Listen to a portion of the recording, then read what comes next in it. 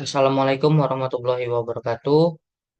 Perkenalkan, nama saya Aditya Tamba, NIM saya F1E222028. Di sini saya akan menjelaskan sedikit materi dari mata kuliah Sistem Komunikasi. Materi ini berjudul OSI Layer dan TCP IP Layer.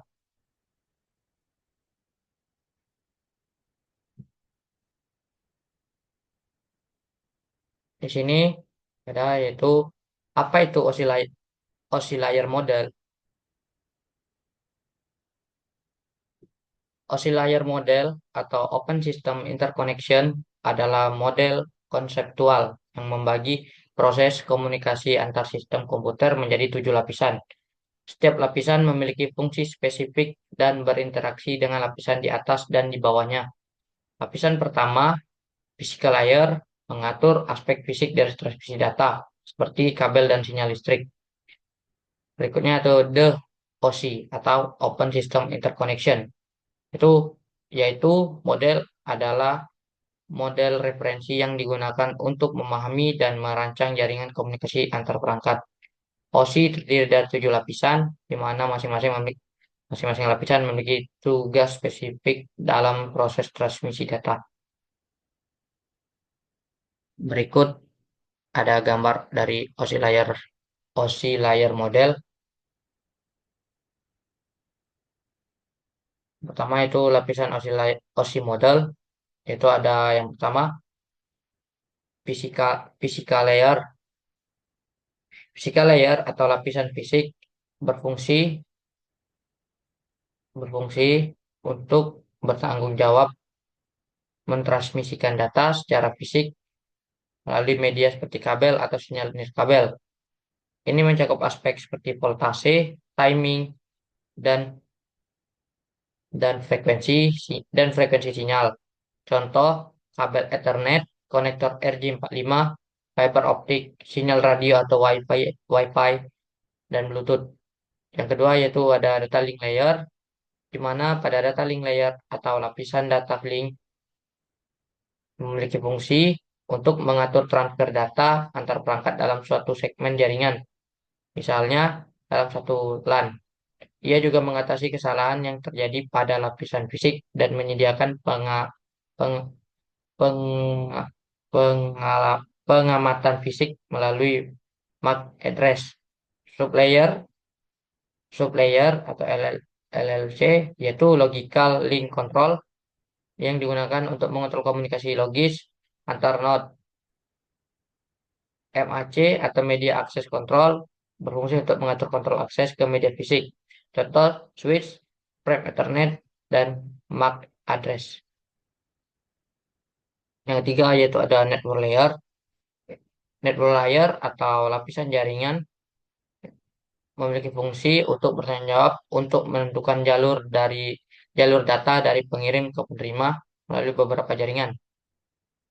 Ia menyediakan pengelamatan logis atau IP address dan routing data. Contohnya router, IP address atau IPv4 atau IPv6 dan paket data. Berikutnya itu ada transport layer. Itu transport layer atau lapisan transport memiliki fungsi untuk memastikan transfer data antar host berjalan dengan baik. Ini juga bertanggung jawab untuk kontrol aliran data, segmentasi, dan memastikan data dikirim ulang jika terjadi kesalahan. Adapun protokol TCP atau Transmission Control Protocol menyediakan koneksi yang andal. UDP atau User Datagram Protocol yaitu koneksi tidak andal tetapi lebih cepat. Contohnya protokol TCP atau IP, segmentasi data, dan pengendalian kesalahan. Berikutnya ada lapisan OSI model yang kelima yaitu session layer. Session layer atau lapisan sesi memiliki fungsi menangani pembentukan, pemeliharaan, dan pengakhiran sesi antar aplikasi. Ia mengatur dialog antar perangkat dan mengelola pertukaran data secara berkelanjutan. Contoh, protokol NetBIOS, sesi remote desktop protokol, RDP atau RDP, SSH, dan FTP. Berikutnya ada presentation layer, yaitu lapisan presentasi yang memiliki fungsi untuk bertanggung jawab menerjemahkan data antara format aplikasi dan format jaringan. Ini juga menyediakan fungsi enskripsi, deskripsi, dan kompresi data. Contoh enskripsi SSL atau TLS, pengkodean ASCII, format gambar berupa JPEG dan PNG, format video berupa MP4, XML, dan JSON. Berikutnya ada application letter, mana application letter atau lapisan aplikasi memiliki fungsi sebagai lapisan tertinggi yang menyediakan antarmuka antara pengguna dan aplikasi jaringan. Ini termasuk layanan yang mendukung berbagai aplikasi seperti email, web, web browsing, dan file transfer. Contohnya HTTP, FTP, SMTP, DNS, aplikasi web atau browser, email client atau Outlook, dan Gmail. Di sini pun ada contoh 7 pengiriman email yang seperti tadi sudah dijelaskan. Di mana sini pada application letter ter- ter- tertuju pada aplikasi di mana Anda menulis email di Gmail. Kedua, ada presentasi layer yang tertuju pada presentasi di mana email diformat dalam standar ASCII dan dikompres jika diperlukan. Ketiga, itu ada session layer yang tertuju pada sesi komunikasi email dibuka dengan server SMTP. Yang keempat, ada transport layer yang tertuju pada transport. Data email dibagi menjadi segmen menggunakan TCP dan memastikan integritas pengiriman.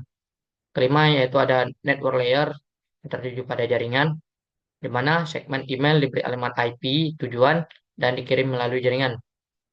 Yang keenam, yaitu data link layer yang tertuju pada data link, yang dimana paket diubah menjadi frame dan MAC address dari router atau switch dipakai.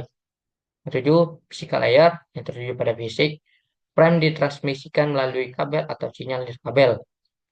Ini contoh gambar dari 7 pengiriman email tersebut.